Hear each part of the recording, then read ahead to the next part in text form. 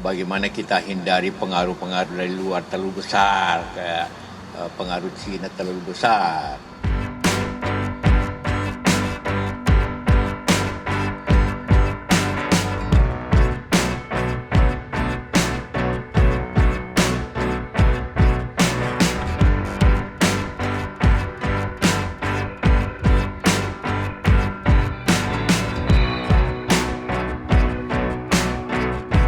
Bicara kebangsaan, apa yang akan terjadi bangsa ini? Kalau kita tidak hati-hati, seperti semua ekonomi kita mengalami penurunan, bagaimana kita hindari pengaruh-pengaruh dari luar terlalu besar, kayak pengaruh Cina terlalu besar.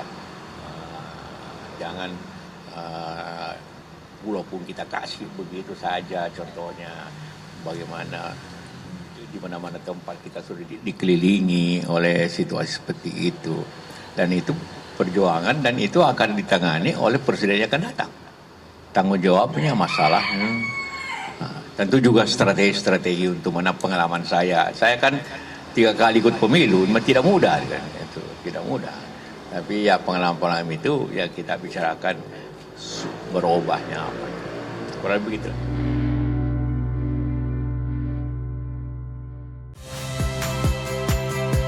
Saya Friska Clarissa.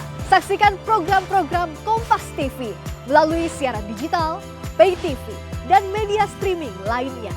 Kompas TV, independen, terpercaya.